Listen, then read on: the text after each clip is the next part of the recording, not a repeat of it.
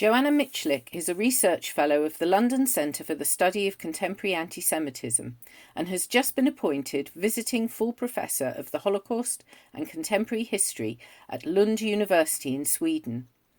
In this talk, she discusses populist movements in Poland which seek to blame the Jews for globalization, migration, and gender and sexuality liberation movements.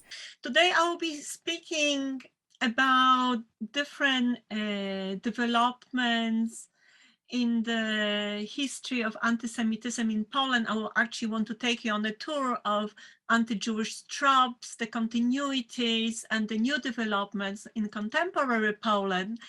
But before I do so, given the current situation, the war of aggression in Ukraine launched by Vladimir Putin, I would like to begin with talking about an episode that seems forgotten, but also shows us how the history of anti-Semitism has been manipulated by Russian leaders, history of anti-Semitism in the contemporary period, in the post-communist era. In his speech on the eve of Christmas 2019, Putin employed a particular historical event in Polish-Jewish relations of the 1930s to discredit the current Polish state. Putin used a strong language and called Józef Lipski, the Polish ambassador to the Nazi Germany in the 1930s, an anti-Semitic swine. Why did he do that, and why then?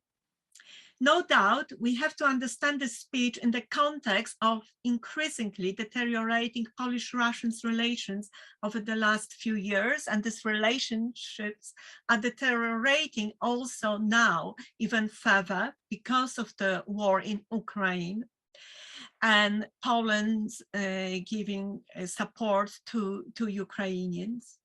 It is also important to remember that the strategy of portraying a political enemy or another state with which Russia is in conflict as an anti-Semitic entity is not new, but has a long tradition in Russian political culture. Similarly, Putin has often played the anti-Semitic card to discredit the independent Ukraine on an international stage. And as we all know, he used that card actually to invade the independent Ukraine on the 24th February this year. Putin's speech about Poland on the Christmas Eve of 2019 was rightly criticized as unacceptable in Polish media and by the Polish government run by Law and Justice Party, as well as political opposition in Poland. The Polish parliament condemned Putin's speech on 7 January 2020. In the Russian reactions towards the Polish parliament's condemnations of Putin's speech, Russia has accused Poland of the collaboration in the Holocaust. Here, Putin has capitalized on the fact that since 2015, the Law and Justice government has been systematically committed to putting an end to the discussions about difficult past in Polish Jewish history during the Holocaust. And he capitalized on the fact that we have observed an outburst of anti-Semitic expressions in public life, in social media, in written newspaper, in history writing, in government control television stations, in public discourses in Poland. Now, day-to-day politics, no doubt, has played an important role in Putin's disgraceful manipulations of the past in order to discredit the Polish state on the international arena. However, we have to remember that this is part and parcel of the most intellectually and morally disturbing developments in post-communist region, where history of the Second World War and the history of the Holocaust has been continuously instrumentalized and politicized in order to whitewash one's own difficult past. Today, the governments of Poland, Lithuania, and Hungary, among others, use historical policies and special memory laws to emphasize historical narratives of innocence and heroism solely during the Second World War, and to shut down any public discussions about the scope and nature of anti-Semitism within their local populations before, during, and after the Holocaust. Russia uses historical policy in the same way to shut down discussion of the Russian Soviet dark past in the 20th century.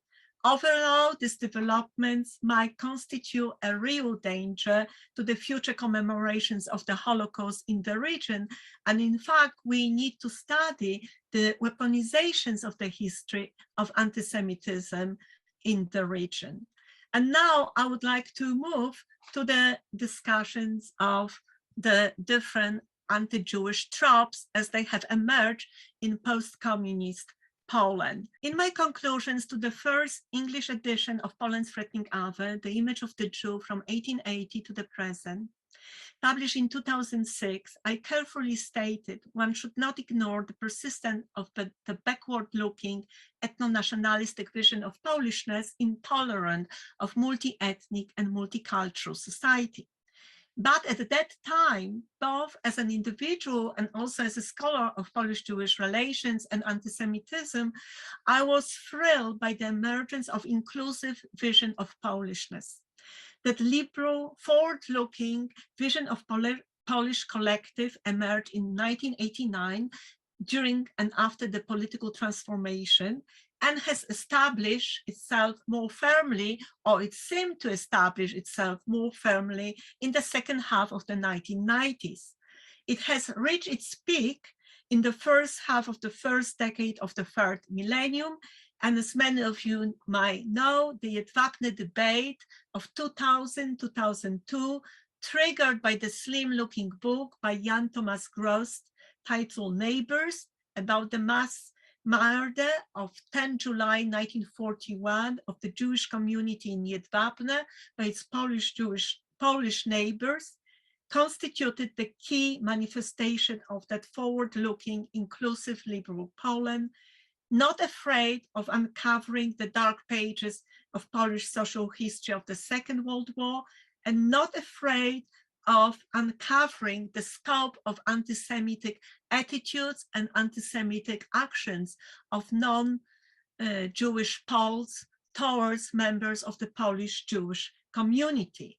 That Poland was represented in the Jedwabne debate by members of Polish political elite consisting of left-wing, liberal, Catholic representatives, secular and individuals belonging to also cultural elite, representing different shades of liberal, democratic, progressive, and secular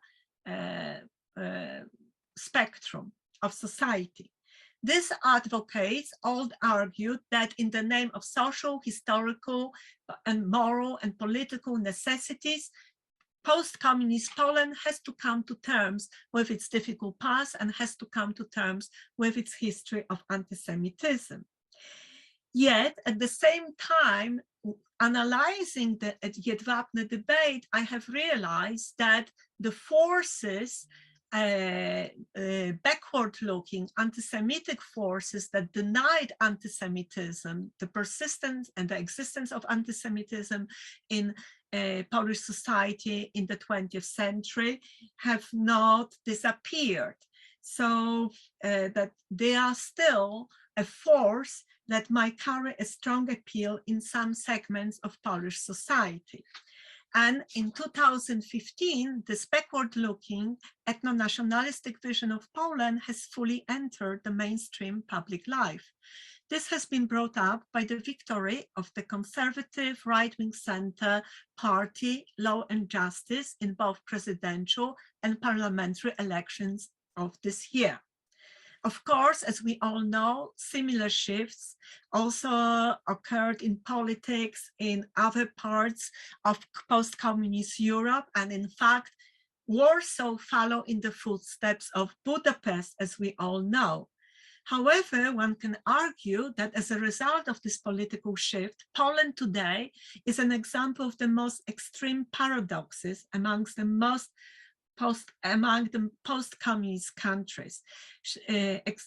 On the one hand, Poland, we can still say, showcases the most sophisticated, advanced attempts at the transformation of the memory of the Holocaust and the incorporation of the dark aspects of the national past into national history, public memory, and historical education. Progressive segments of Polish society, including local politicians, scholars, journalists, teachers, clergy representing the open church, and segments of young generation continue to be committed to opposing and educating against anti-Semitism and racism and xenophobia. On the other hand, Poland today, under the rule of law and justice, exhibits a case of disturbing regression in Polish-Jewish relations on a regional, national, and international levels. It represents a case of a country in which the government, in its intensive efforts to suppress the dark and uncomfortable aspects of Polish social history of the 20th century, that's the history of the Holocaust in Poland, is in the heart of that dark past. This government, in that suppression, does not hesitate to launch a systematic zero-sum war against scholarly research into dark, difficult history of Polish relations with the Polish Jewish minority in the Holocaust, that shows segments of Polish society as wrongdoers and perpetrators, that exposes the scope and the nature of anti-Jewish traditions, action, and thinking, and the impact of these traditions on Polish-Jewish relations, on the Jewish minority, and also on Polish national thinking, on Polish national culture. It is a country in which the law and justice government has emboldened and legitimized radical right-wing parties and organizations with pre-war anti-Semitic and racist traditions, heritage. And here I want to give you one examples of that continuity in the anti-Semitic traditions. As some of you might know, on the 11th November last year, 2021, in the western Polish town Kalisz, numbering 100,000 inhabitants, hundreds of radical far-right participated in a march through the center of the town to the city hall. The march actually resembled a disciplined theatrical-like performance decorated with lit torches, Polish flags, as you can see, and radical right-wing symbols. And in this march, you might not see that in this particular picture, but there were many young families with children walking, or young children carried on the shoulders of their parents, mothers or fathers. As well, we could see members of older generations, people in their 50s and 60s, something unthinkable 20 years back. It would be embarrassing for ordinary members of Polish society to participate in the radical right-wing marches in the 1990s. Today, this is a norm. So during the march, the organizers chanted a variety of both emotionally charged and violent slogans, inciting to ethnic hatred against Jews and hatred against LGBT communities. And there, the particular slogans, you can actually watch the march on YouTube and listen to the slogans. I will give you some of the examples. Death to the Jews, LGBT, pederasts, and Zionists are the enemies of Poland. They also chanted a phrase underscoring their sense of national identity and national destiny of the Polish state. We are the creators of our history. Poland belongs to us. At the end of the march, in the front of the city hall, the organizers burned a copy of the Kalisz statutes. The Charter of Rights granted in 1264 to the Jews of Great Poland by Bolesław the Pious, a Polish prince of that time, the ruler, that became the chief document determining the legal and social status of the Polish Jewish community during the pre-modern period till the partitions of Poland in the late 18th century. During the burning of the charter, the participants shouted repeatedly, "Here is not Polin, here is Poland," referring to the old pre-modern Hebrew name for the Polish state, Polin. Today, as in the past, looking at this, analyzing this particular example, in the core anti-Jewish repertoire, the Jew still remains fundamentally the enemy that represents everything that stands in opposition to true Polishness. And the Jew threatens the true Polishness. Of course, on online forums of radical far-right parties and organizations in contemporary Poland, you can also find expressions of the Holocaust denial and what is known in the scholarly literature as the new anti-Semitism, portraying Israel as a Nazi colonial state. However, the outright Holocaust denial, historically rooted in the traditions of the right-wing ideologies, has been imported from the West to Poland, as well as other communist countries in the post-communist period. It doesn't have its original traditions in Poland. Similarly, new anti-Semitism rooted in the left-wing ideologies has also been imported from the West and is used purely instrumentally in Poland. We can discuss this later on in our conversation.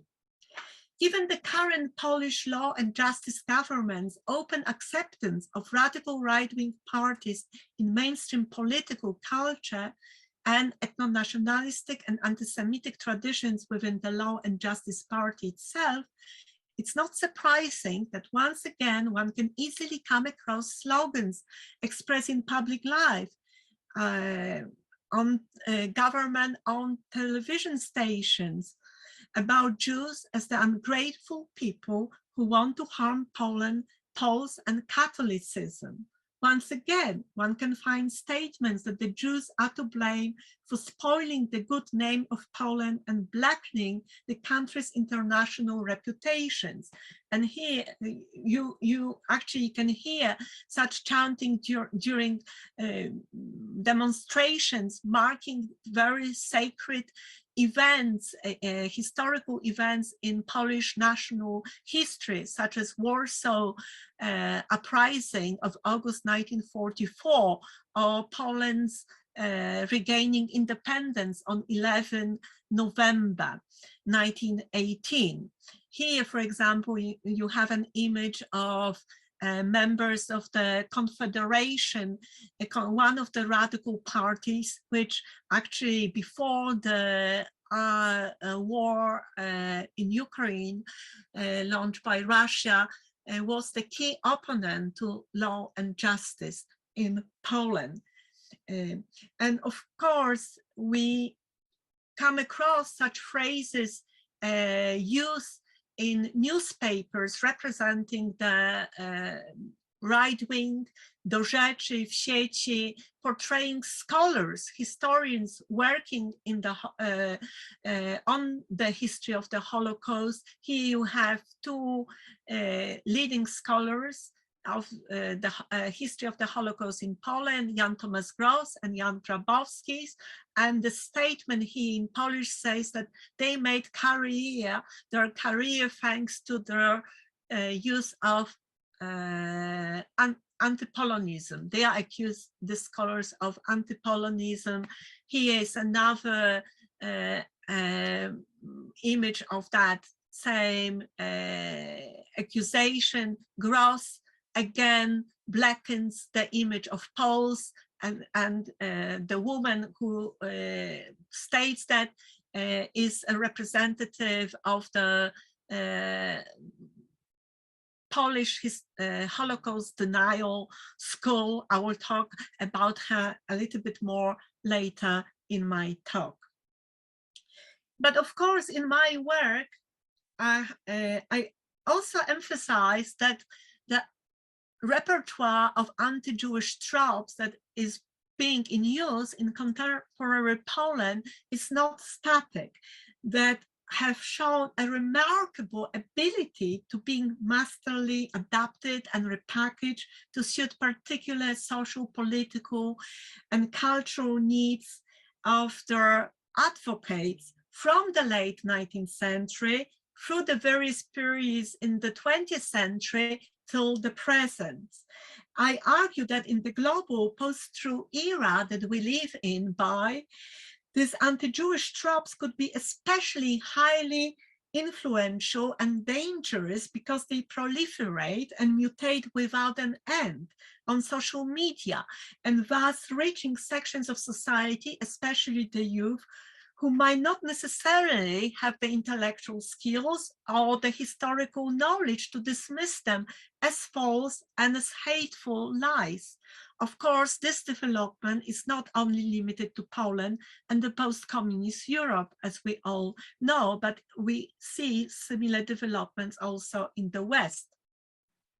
What I also emphasize in my work is the importance of a careful study of the contemporary fusion of anti-Jewish tropes within specific historical traditions within different nations.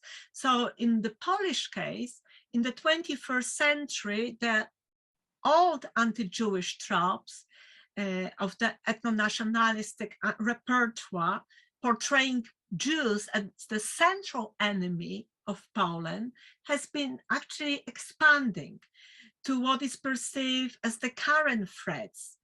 So the new enemies of Poland in this repertoire are genderqueer studies, feminism, multiculturalism, and LGBT community. And these are perceived as the new communism, the one of the key enemies. And very often it is the Jew who is being portrayed as standing behind this cultural development, as masterminding them. And here I have given you one example of a book, and the cover page of this book in some ways is self-explanatory.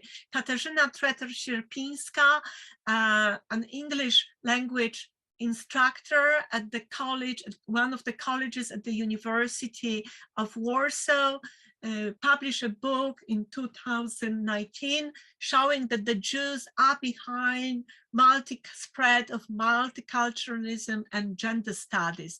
And of course, this is one of the most anti-Semitic works belonging to this genre. I will give you another example of that fusions of the enemies, of the old and new enemies, and blaming the Jews for the new enemies in the ethno-nationalistic repertoire. So you see a back of a young man in a blue shirt. This is Jakub Baryła.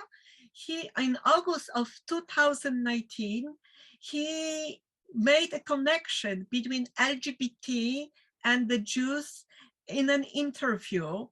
And he actually gave a number of interviews after he actually stood and defended the cross and the rosary that you can see. He holds the cross in his hands against the LGBT Pride March in Płock on 12 August 2019. And in various interviews he has given on 13th of August and 14th of August in a private radical Catholic television station and in other YouTube broadcasting, Baryła accused left-wing parties and the Jews for spreading the LGBT ideology. He also accused the Jews for wanting to make Polin out of Poland. So once again, this indication that who is the right owners of Poland. Is Poland somehow belongs to the Jews. The Jews are masterminding their own plan of taking over Poland, or are taking Poland, or have already taken Poland. He also accused the Jews for wanting to rob Poland and for brainwashing children in Polish schools, so the children would not be able to think for themselves. Actually, this quote actually sounds like a quote taken from anti-Semitic books that proliferated in the 1930s in Poland.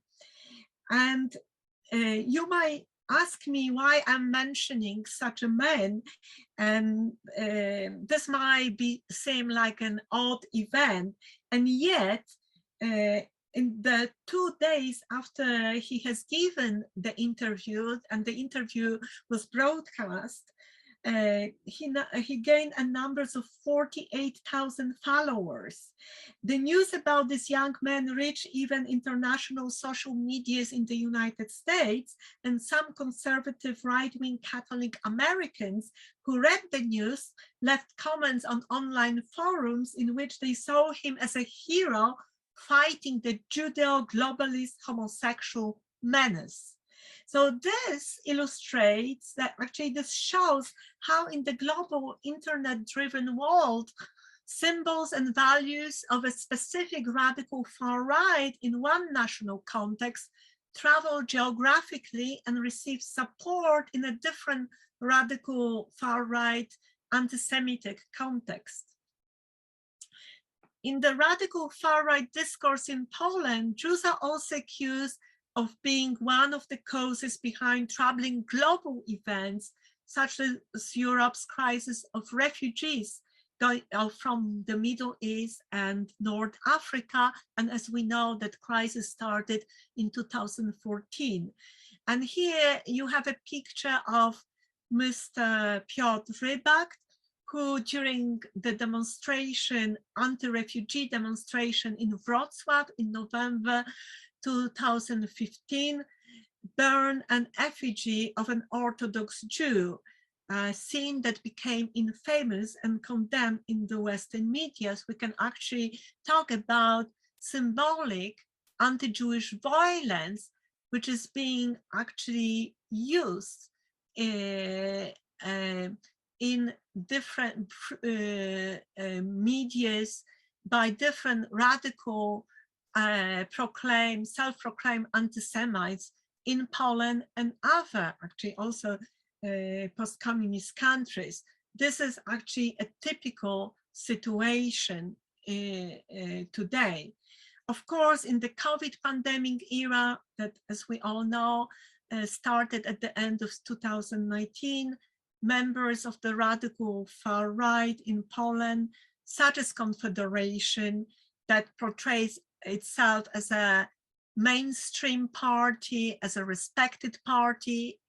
When it emerged in 2019, it gained 6.2% in the parliament, and it's the key opponent of law and justice.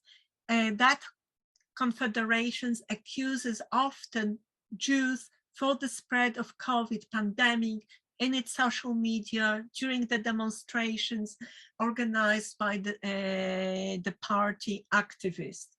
So in some ways, they are the key markers of the most disturbing, troubling developments in Poland today.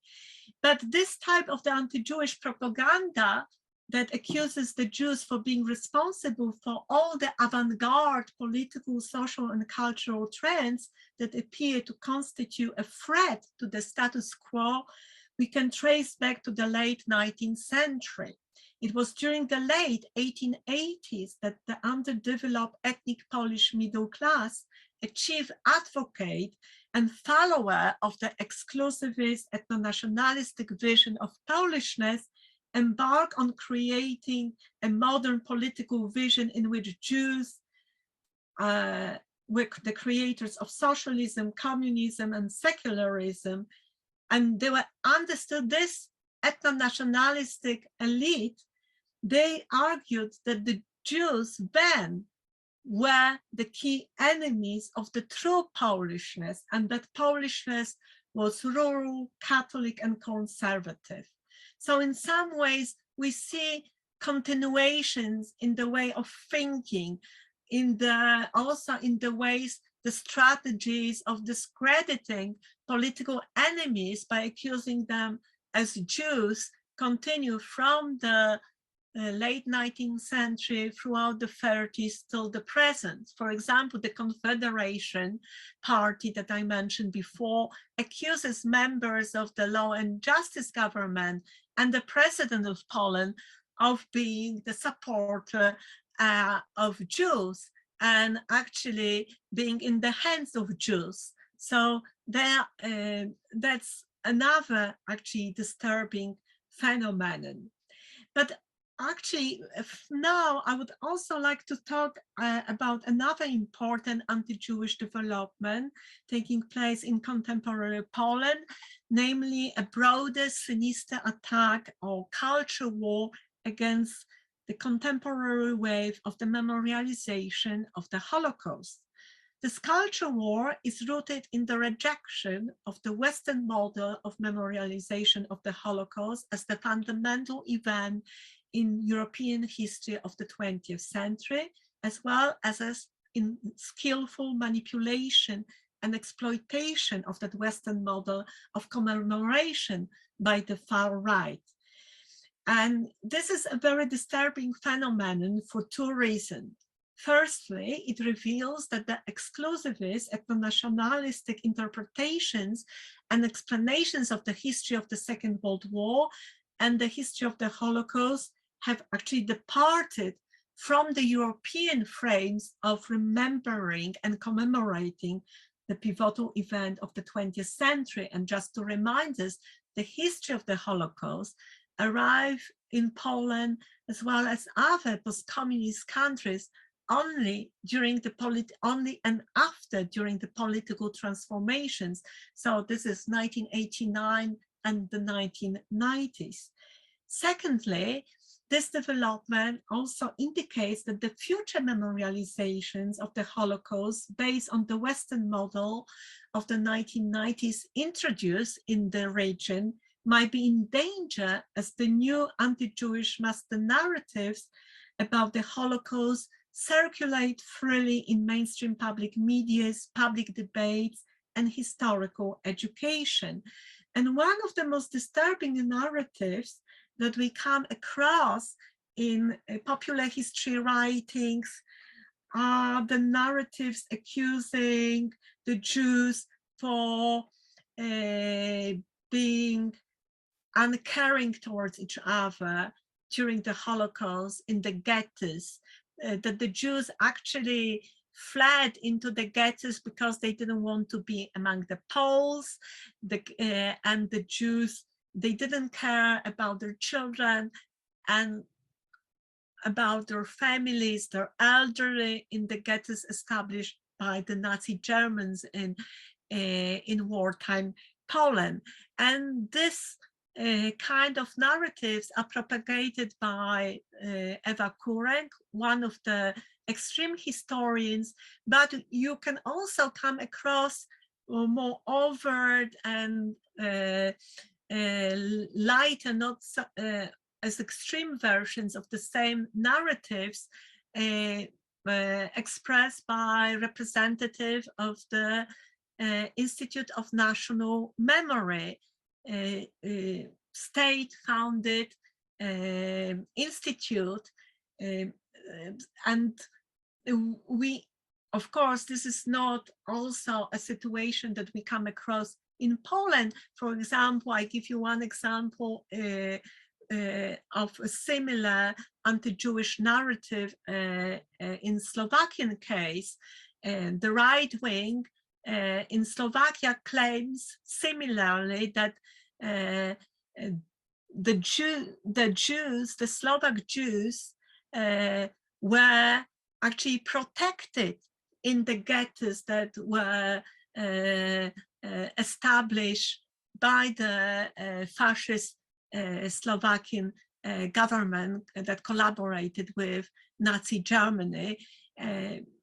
And that proliferations of these narratives constitutes a major danger to the memorializations of the Holocaust in the region. And so this is not only an alarming situation in Poland, this is an alarming situation in the entire post-communist region, where the right-wing nationalists, also in Ukraine, before the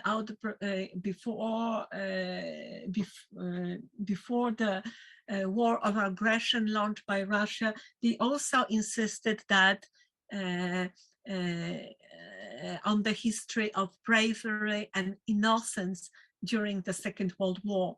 So this is one of the key issues that I'm sure we'll be addressing in this forum and in other forums, and we'll have to study carefully.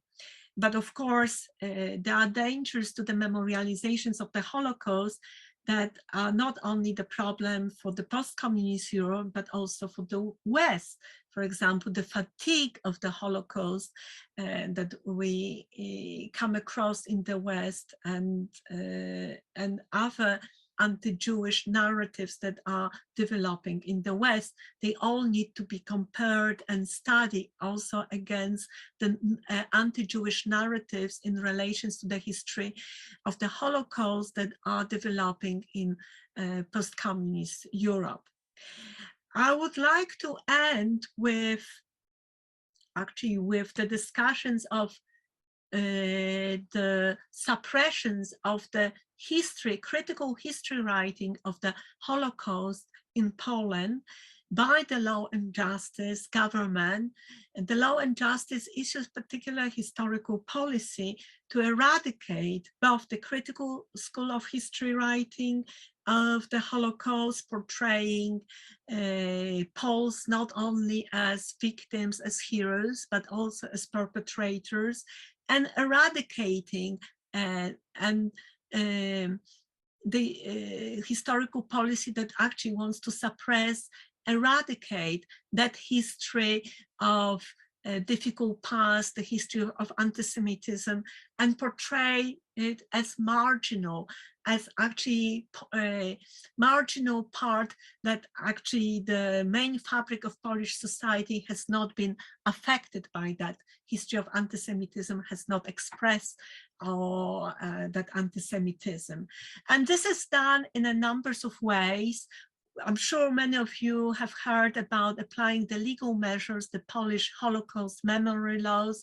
We had many discussions of the Polish Holocaust memory laws from 2018 till the present. Just to remind you that even the representative of the Polish government, Jacek Nowak, who was asked by Jewish News in England about the memory laws in Poland, he called them the most stupid legislation earlier this year, and for that statement he of course lost his job immediately. Another aspect of that attempt of erasure of the critical school of the Holocaust studies is of course denying funding to academic institutions and individual scholars who are studying, who are researching anti-Semitism, the dark past in Polish-Jewish relations before, during, and after the Holocaust. Another aspect of that erasure is orchestrating against campaigns of spreading lies against Poland, against scholars and international conferences that aim to deal seriously with all these troubling aspects. One of such events that you might have heard of was the disturbances in Paris on 20th and 22nd February 2019, when Polish historians of the Center for the Holocaust in Warsaw presented their finding about the Holocaust, the macro histories, and members of Polish societies accused them of being traitors to Poland. They actually participated in the events and at the universities, and the arguments were heated, and the whole proceeding were disturbed. And of course, the fourth aspects of the repressive erasure of the critical school of the Holocaust studies is creating a parallel world of experts, educators, and academic institutions of higher education, both in the country and abroad. I mentioned already the state-founded Institute of National Memory, which has since 2015 become the guardian of monumental international history writing of heroism and bravery solely. And I would also like to mention here the Pilecki Institute, the offspring younger sister of the Institute of National Memory that was established in 2017. But we also have the Father Rydzyk school of higher education in Torun, and of course Father Rydzyk has his own radio and TV station, and through these channels spreads anti-Jewish sentiments and tropes, and educates scholars, pseudo-scholars who claim that they are respected scholars today in Poland. So this is one of the most disturbing developments and in contemporary Poland. And the other the development that might actually disrupt heavily the memorializations of the Holocaust and disrupt heavily the serious scholarly research on the history of anti-Semitism, past and present in Poland. Thank you. Joanna, thank you for a fascinating and very rich and very wide-ranging talk. As always, I'd like to throw the questions to the floor. Can I just remind you that we are recording this event? So if you're going to ask a question, we will be recording it.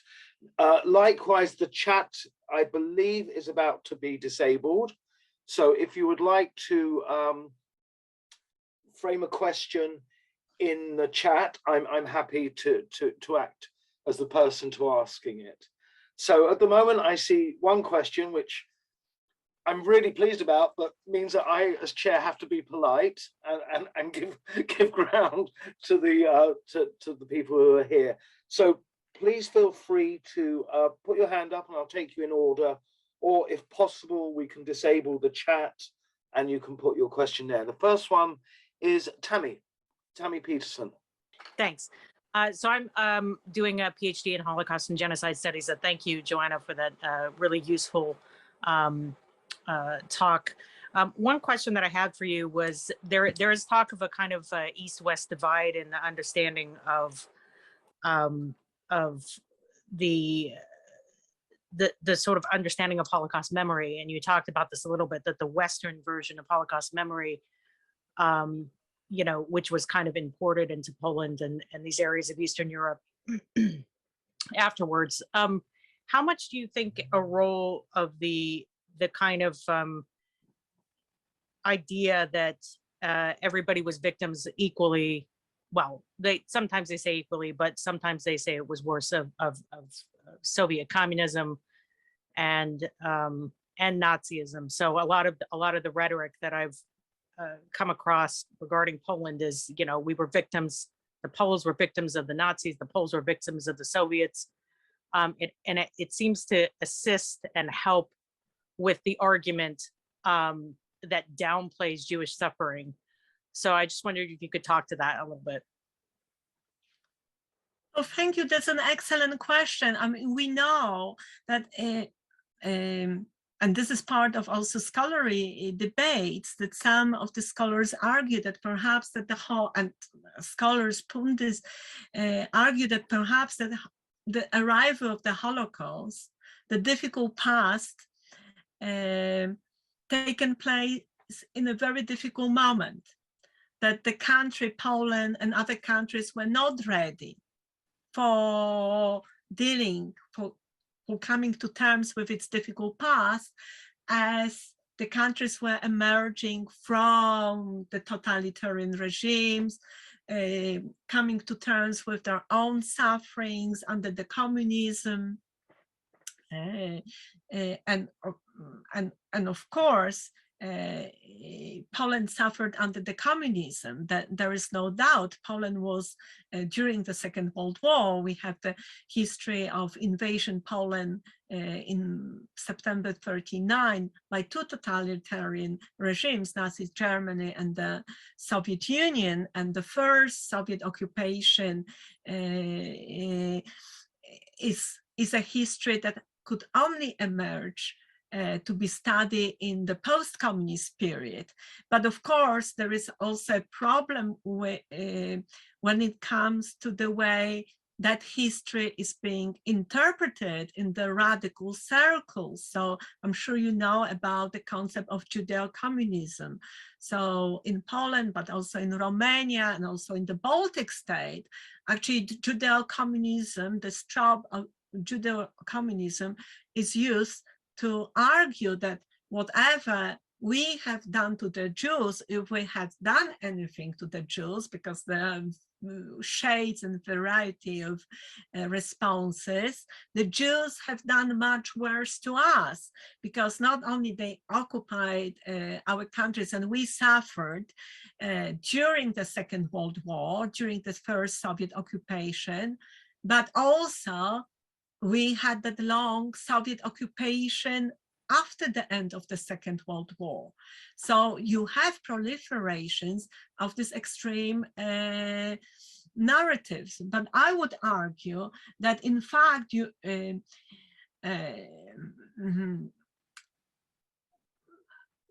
the way of thinking that this was a wrong moment, when there is a right moment for difficult, for coming to terms with the difficult history.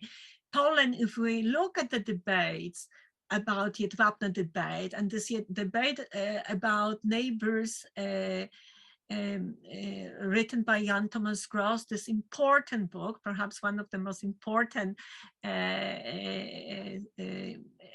unconventional history book, triggered many other debates, important, necessary debates, also in Polish-Ukrainian relations or Polish-Russian relations.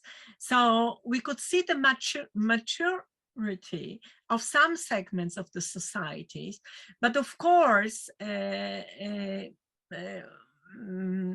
ethno-nationalism, you cannot ignore the traditions, the whole traditions of ethno-nationalism to explain what has happened and the suppressions of this development and the emergence of anti-Semitism. So this is a very complex question. When is the right time?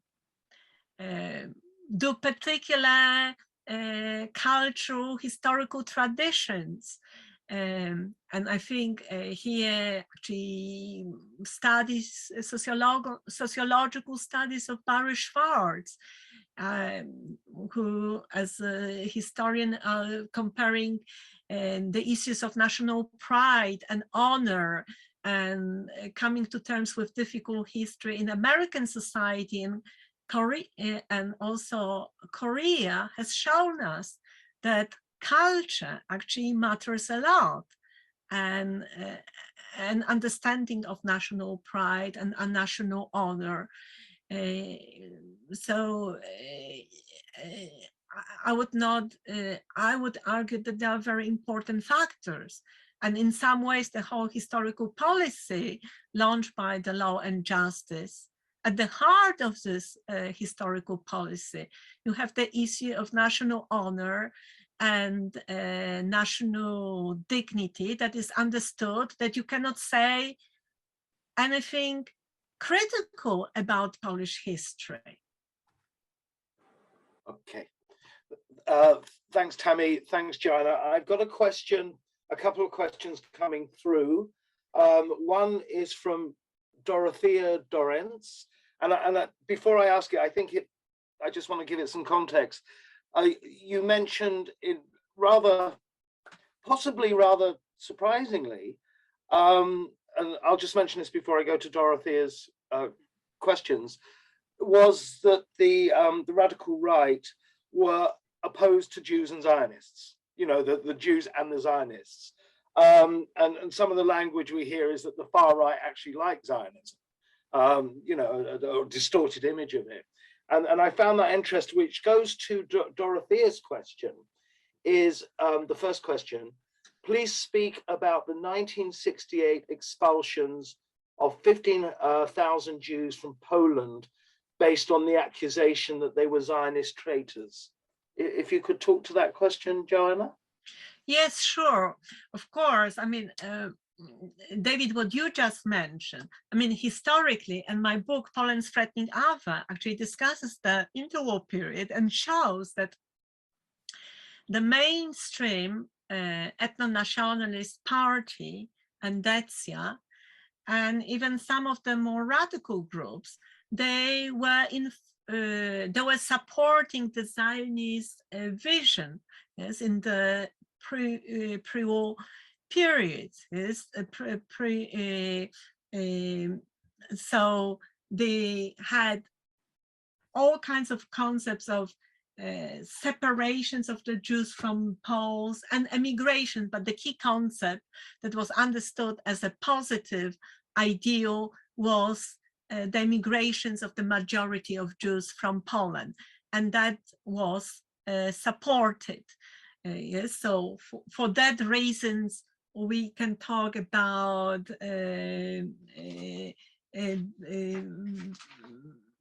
variety of complex ideas of the radical right-wing political parties supporting Zionism. And yet, after the Second World War, that situation changes completely. And of course, in 1968, I mean, this is the period, the peak of anti-Semitic propaganda launched by Polish ethno-communists, one of the particular faction by Moczar, and we can see how this faction has developed, and actually how this faction was more ethno-nationalistic in its content and only communist in its form. So sadly, the Jews were blamed for distortion, the ideal vision of communist socialist Poland. So if not for the Jews, the communist Jews who took over the Polish Communist Party after the Second World War, that was the argument, the Polish society would develop, yes, and we would reach the ideal and we would prosper culturally, economically. So here the Jews were blamed for all the weaknesses of the socialist system. And for that reason, they were purged. So Zionism, and there are studies by Dariusz Stoles and others showing that Zionism was the cover to expel Jews. Jews who were, we know that those who were expelled, only a small fractions were people who, in any sense, were affiliated with Zionism or had a dream of living in Israel. many of the Jews who were expelled at the time, and we know that from films about the 1968 generation, especially the youth, for example, they were shocked. They were committed Poles. They learned only through the 1968 that they were Jewish, that there was something about them that meant that they had to leave Poland with their parents. So this is, of course, this has been for some a great personal tragedy. So there's no doubt that Zionism, the whole idea of the Zionist traitors, this was simply a cover for anti-Jewish purge, of getting rid of the Jews. And of course, if we look at we study the mobilization of the non-elites during the time, and the social mobility, the rise of individuals also into the ranks of the Communist Party, the PZPR, the Polish Workers' Party, then for many people that there was a chance of gaining a position and at universities. You know, there are very shameful aspects of that history, and Poland, the post-communist Poland of the 1990s and early 2000, the first decade, tried to deal with it.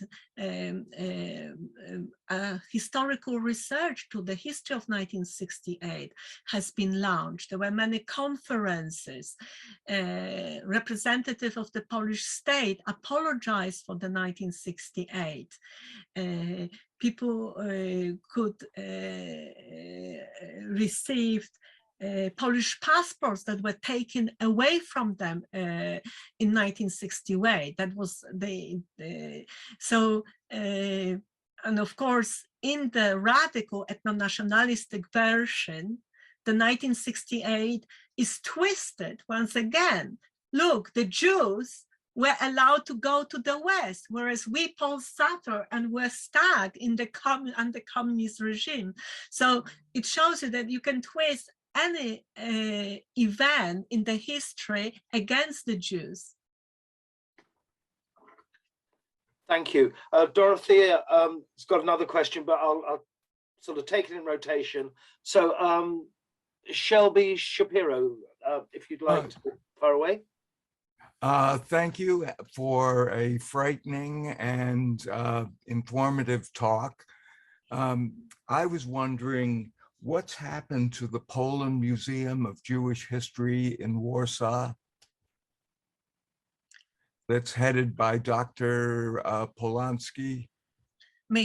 Professor Polanski is the chief academic historian of that museum, and I'm very, very happy to announce that the museum has been running and has wonderful educational program and research program on rescuers of Jews. Rescuers of Jews is another element in the history of the Holocaust and Polish society during the Second World War that has been manipulated, weaponized in the historical policy of the Polish government to show that the whole nation was the nation of rescuers, to suppress the dark aspects in that history. Unfortunately, the elderly rescuers, as well as some of the survivors, are being manipulated. Their personal stories. So I wish the Museum Poland a lot of luck. It is a very important institution. It still gets support from the government. It had, but it is also viewed by some members of the Law and Justice government as uncomfortable, as an institution that deals with subjects that it should not deal. So, and for example, the exhibition about March 1968 was definitely one of the aspects for which the Dariusz Stoller, the former director of the Museum Polin, his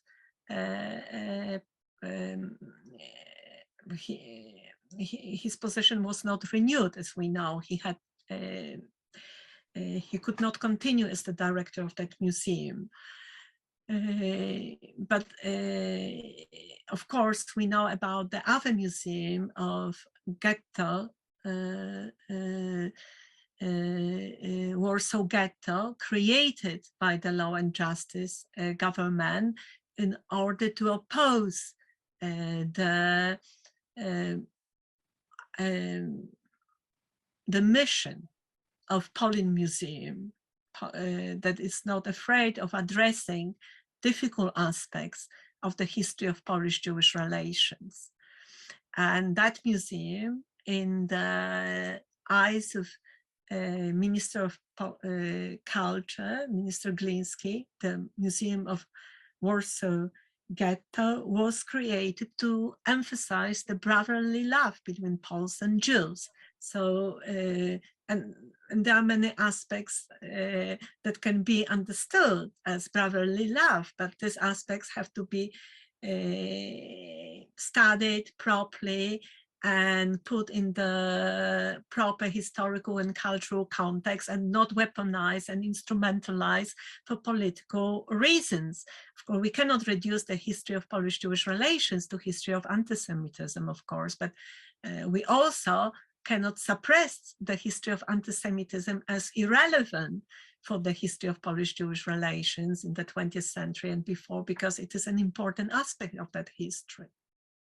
I was concerned because through the miracle of Zoom, I heard Dr. Grabowska talk about how the government tried to, the suppression of memory law, whatever the hell it's called, go after him. And I immediately thought, uh-oh, there goes Poland. Yeah, of Anyway, course. But Professor Grabowski is one of the historians who, and he is a Polish, but as well as a Canadian historian. He presented his work at the Polin Museum, but he himself is a scholar who, as a Canadian scholar, and of course he does very important research, presented at different universities that are still independent in Poland. Thank you. Thank you. Thank you, Shelby, also for adding a comment in the chat. I want to go back to Dorothea's second question, is what do you foresee going forward?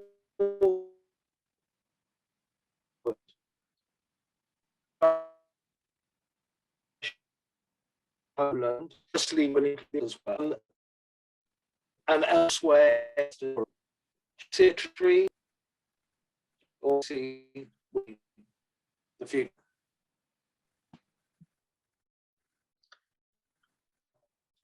David, unfortunately, I didn't hear you at all. I'm sorry. How about, can you hear me now? Yes, I can hear you better, but I didn't hear a word you said. Your internet is fainting.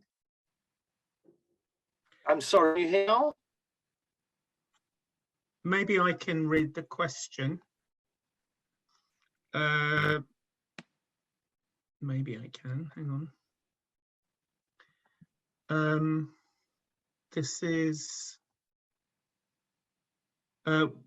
what do you see for going forward? Is that the one, David?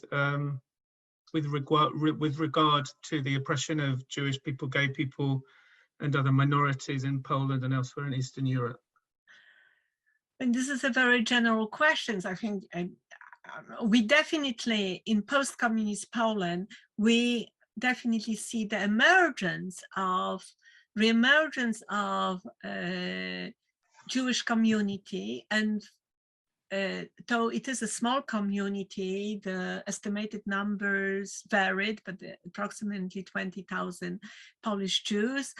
There is an association of child Holocaust survivors, and one can argue that for the first time in modern history, Polish Jews today can see themselves as Poles and Jews, and they are not, and they are compatible identities. But of course, the developments in the post 2015 Poland have been of great concern to the Polish Jewish community, and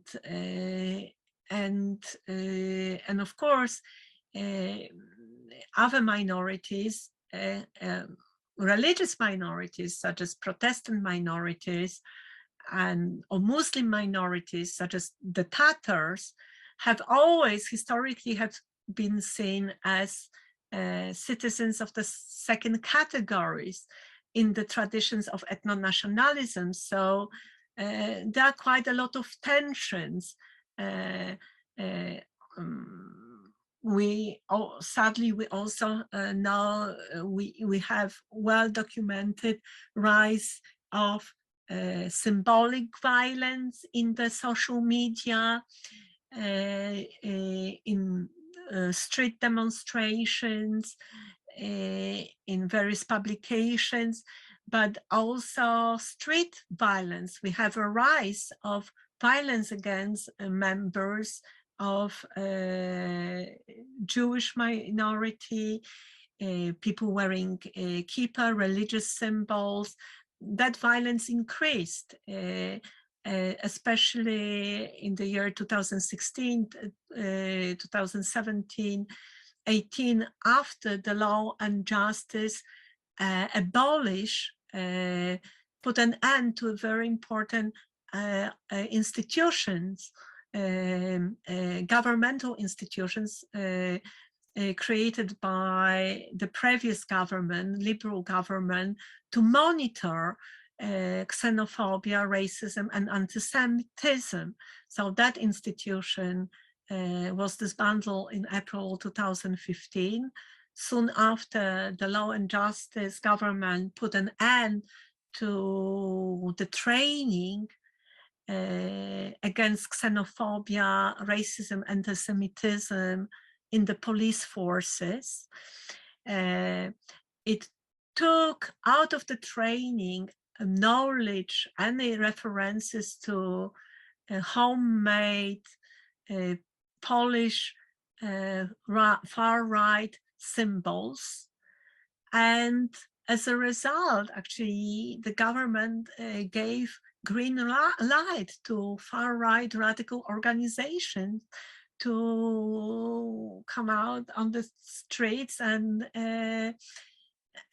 beat up people who with darker color skin. I mean, they're not, or one's own citizens who use another language. There was a case of professor of history, Professor Kochański, who was beaten up for speaking German in Warsaw to his German colleague. So of course there are disturbing phenomena, and they have to be monitored. And the weaponization of the history of the Holocaust and by some media, and portraying the Jews as those who want to blacken the history of Poles. They want to disrespect Poles. Such propaganda also increases possibilities of violence, physical or verbal violence directed against members of the Jewish community. We see the correlation between the rise of anti-Semitic propaganda and anti-Jewish violence, and of course the violence against LGBT communities and also against women fighting for the rights is also part of the same processes in Poland today. Fight against this ethno-nationalistic, old conservative, backward-looking Poland that sees a woman also as an addition to the man, as a woman whose place should be at home, with children. And if you listen to some of the pronouncement by Minister of Education, current Minister Czarnek, about women, it's simply shocking and misogynistic. So there are all these aspects actually are anti-Jewish, anti-LGBT, anti-women, go hand in hand and are part of the same development of the rise of right-wing conservative ethno-nationalism with its pre-war strong anti-Jewish traditions that are fused with the new traditions, with the new enemies. Okay, I've got two other interesting questions, but before I do, a word from our sponsor. First of all, I'd like to welcome, or I'm pleased to see that we have friends of the centre here. Just a moment to say that we don't have any funding other than you guys at the moment. And if you would like to become a friend of the centre, you can do it for between at least for £10 a month. We'll put a link in. Okay, so that was our moment of our sponsors. The more money that we have, the more talks we can have of the quality of Joanna's.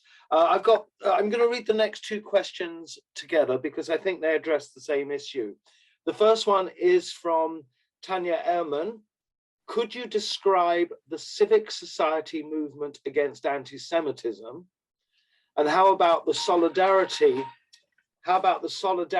between the queer pride movement and actors who act against anti-Semitism and the Jewish population in Poland? Liz Wagner has asked a similar question. Are other minorities taking part in the anti-Jewish disturbances and propaganda, or are they uniting with Jews? I mean, let me answer Liz Wagner's first questions, because I can give a very simple answer. First of all, Poland, even today, but with the estimated 2 million Ukrainian refugees, is still a very homogeneous country ethnically. So the minorities, ethnic minorities constitute a very tiny percentage of Polish population. I mean, Poland numbers approximately 40 million people, and the Jewish minority, as I told you, is 20,000.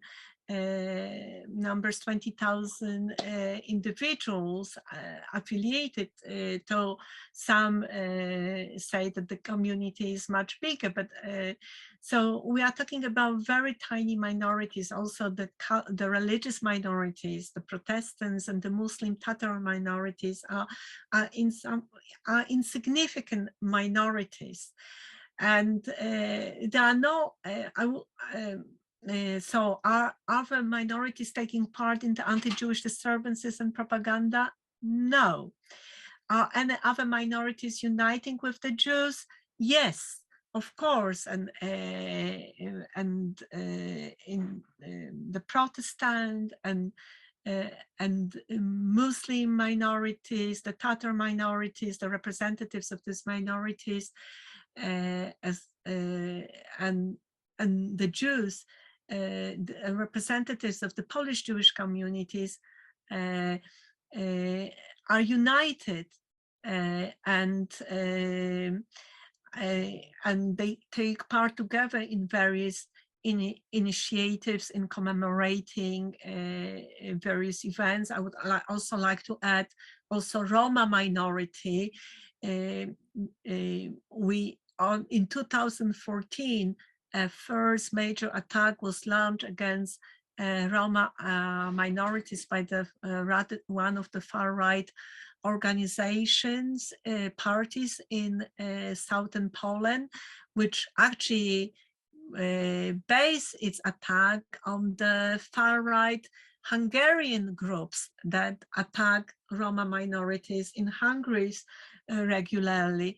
So the Roma minority also is part of the same group, and of course throughout the post-communist period, throughout the 1990s, organizations, representative of the civic society, they were educating about multicultural, multi-religious Poland, about the importance of that heritage, the whole heritage, about the importance of the contributions of various minorities, and they have also commonly engaged in education against anti-Semitism, xenophobia, and racism. I mean, there is an organization such as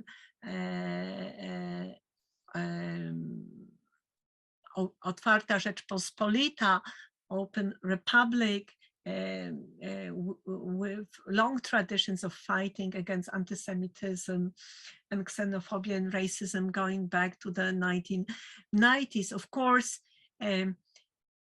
these organizations are part of the civic society, but the civic society these days is pushed to the margins in terms of receiving grants and support from the government, because it does not so it does not receive the grant and support that used to receive before 2015. But there is definitely, we observe definitely a united front, so to speak, against those who fight against anti-Semitism and those who fight for the queer rights, for the rights of the LGBT communities and the rights of the Muslim Tatar communities. And there are many organizations, non-governmental NGOs, Brama Grodzka, Pogranicze Sejny. Here I'm giving you two examples. They have run various workshops, educational workshops against anti-Semitism, racism, and xenophobia, and are engaged in educating also about the LGBT community and its rights. This is great to hear. I guess it's just ironic because I'm assuming that the government then, of course, uses that as more fuel to blame the Jews. Look at them, they're getting all the minorities riled up.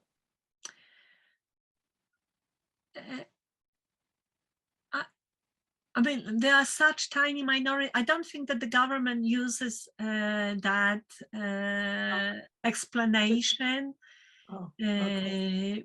The government is engaged in actually in the process of creating its own elites in this authoritarian, anti-democratic vision, wants to actually create a new society, new elites, political and cultural elites, and pushing to the margin the civic society, the society representing the liberal values.